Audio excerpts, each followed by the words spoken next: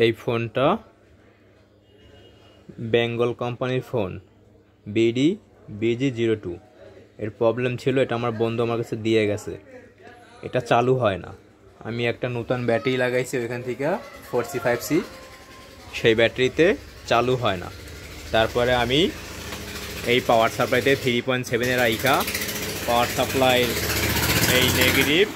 এই নেগেটিভে রাখছি, আর এই পজিটিভ, এই ব্যাটারি পজিটিভে লাগাইছি। তারপর আমি পাওয়ার বাটনে টিপ দিছি, কিন্তু এটা চালু হয় না, এটা কোনো রেসপন্সই আসে না, নো রেসপন্স, যেরকম মিটার ওই রকমই থাকে।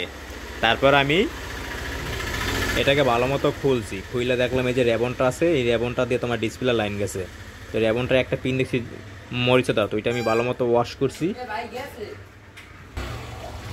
ওই যে পিনটা তোমার মরিচা দইরা ছিল, ওইটা আমি এই ব্লেডের মাধ্যমে, নাইফের মাধ্যমে ভালো মতো চৌখা কইরা এটা বাইঙ্গে ভালো মতো এরকম ঘষছি, তারপরে তোমার ক্লিন হয়েছে।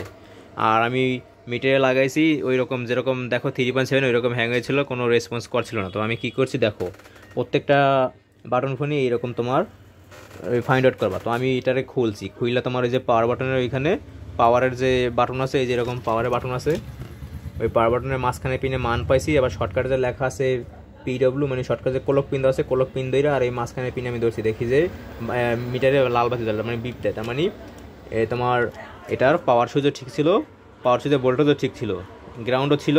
পাওয়ার সুইচের যে গ্রাউন্ড লাইন আর মাঝখানের যে পজিটিভ লাইন, ওই লাইন দুইটা ঠিক ছিল এইটার ক্ষেত্রে। তারপর ফোনটা চালু হয় নাই।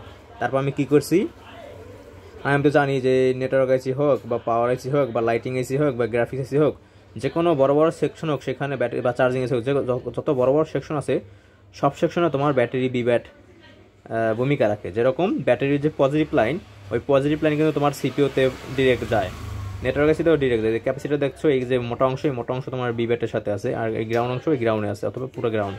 তো এরকম এই সিপিওর আশেপাশে তোমার যদি ভালো মতো লক্ষ্য করে দেখবো, একটা ক্যাপাসিটার পাশে কিন্তু একটু মোটা, ওই মোটা অংশ তোমার বিব্যাটের, কারণ বিব্যাটের লাইনটা অনেক পাওয়ারফুল হয়, 3.7 বা 4.2। নর্মাল অবস্থায় 3.7 থাকে, যখন ব্যাটারিটা ফুল থাকে তখন তোমার 4.2 হয়। তো ওই ভোল্টেজটার লাইনটা একটু মোটাই লাগে, নাহলে সব জায়গায় পরিপূর্ণভাবে পায় না। তো এই মোটা লাইনটা আমি পেয়েছি কোথায়, এইখান থেকে। তো যদি তারপর আমার রেসপন্স করে না, তো আমি কী করছি, যে বিব্যাট আছে, বিব্যাট থেকে আমি এখানে মাপ পাইছি, দেখছি যে লাইন ঠিকই আছে। তারপর আমি কী করছি, প্রথমে এই ক্র্যাশটেল হিট করছি আর এই সিপিওতে পেজ দিয়ে লাড়া দিছি, তাতে আমার ফোনটা হয়েছে। যদি তাতে না হতো সেক্ষেত্রে আমার সিপিও চেঞ্জ করা লাগতো। আর মাঝে মাঝে আমি এমনও কেস পাইছি যে বিব্যাট থেকে এই যে সিপিওতে যে লাইনটা যায়, ওই লাইনটা মিসিং থাকে। তো এইটা কীভাবে ফাইন্ড আউট করবা, দেখবা সিপিওর পাশে একটা ক্যাপাসিটর, ওইখানে মোটা অংশ থাকে, ওই মোটা অংশটা বিব্যাট, ওই বিব্যাট তোমার সিপিওর পাশে যে মোটা অংশ, ওইখানে একটা ক্যাপাসিটর থাকে, দুইটা প্রান্ত থাকে, এক প্রান্ত গ্রাউন্ড, এক প্রান্ত তোমার মোটা অংশই তোমার বিব্যাটের। তো এইভাবে ফাইন্ড আউট করবা যে সিপিও পর্যন্ত বিব্যাটের লাইন পৌঁছেছে কি না,